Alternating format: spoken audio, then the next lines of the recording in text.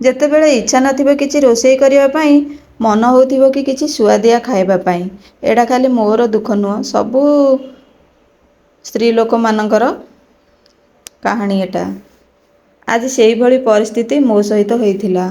ମୋର ଇଚ୍ଛା ହେଉନଥିଲା ରୋଷେଇ କରିବା ପାଇଁ, ତଥାପି ତ ଖାଇବାକୁ ପଡ଼ିବ, କ'ଣ କରିବା। ଆମକୁ ତ ବନେଇବାକୁ ପଡ଼ିବ, ପୁଣି ବାସନ ଅଳିଆ କରିବାକୁ ପଡ଼ିବ। ତାପରେ ଶୀତଦିନେ ବାସନ ମାଜିବାକୁ କାହାକୁ କଷ୍ଟ ଲାଗେ? ମୋତେ ତ ସବୁଠାରୁ ବେଶୀ କଷ୍ଟ ଲାଗେ। ନା ବେଶୀ ବାସନ ଅଳିଆ କରିବା ନା ମାଜିବା। ତଥାପି ଆଉ କ'ଣ କରିବା, ରୋଷେଇ ତ କରିବାକୁ ପଡ଼ିବ। ମୁଁ ଆଜି କମ୍ ସମୟ ଭିତରେ ଏଇ ବାଇଗଣ ଆଉ ଟମାଟରର ଭର୍ତ୍ତାଟା ଆପଣମାନଙ୍କୁ ଦେଖାଉଛି। ସମସ୍ତେ ତ ଘରେ ବନେଇକି ଖାଇଥିବେ ଆଉ ସ୍ୱାଦ ବି ଜାଣିଥିବେ। ଆଉ ରୁଟି ସହିତ କେଉଁମାନେ ଖାଇଛନ୍ତି ମୋତେ କମେଣ୍ଟରେ ଜଣେଇବେ।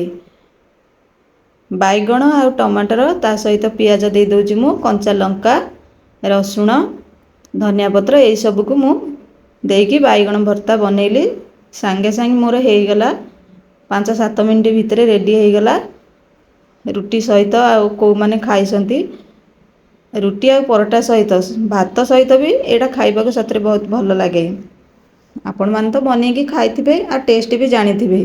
ବେଶୀ କରି ସମସ୍ତଙ୍କର ଏଇଟା ପ୍ରିୟ ଜିନିଷ।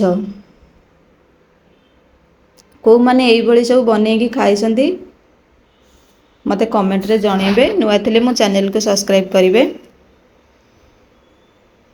ତା ସହିତ ମୁଁ ଟିକେ ପୋଦିନା ଚଟଣି ପକାଇ ଦେଉଛି। ମୁଁ କେବେ ପୋଦିନା ଚଟଣି ପକାଇ ନଥିଲି, ତଥାପି ଥିଲା ଯେହେତୁ ମୁଁ ପକାଇଦେଲି, ଦେଖିବା କେମିତି ଲାଗୁଛି ବୋଲି। ମନରେ ଟିକେ ଭୟ ଥିଲା, କିନ୍ତୁ ସତରେ ପୋଦିନା ଚଟଣି ମୁଁ ପକାଇଥିଲି, ଭଲ ଲାଗିଲା। ଅଳ୍ପ ପକାଇଥିଲି, ବେଶୀ ନାହିଁ, ଟିକେ ମୁଁ ଜଷ୍ଟ, ଆପଣମାନେ ତ ଦେଖୁଛନ୍ତି ମୋ ଭିଡ଼ିଓରେ, ଅଳ୍ପ ପକାଇଥିଲି। ତଥାପି ଚଟଣିଟି ବହୁତ ଟେଷ୍ଟି।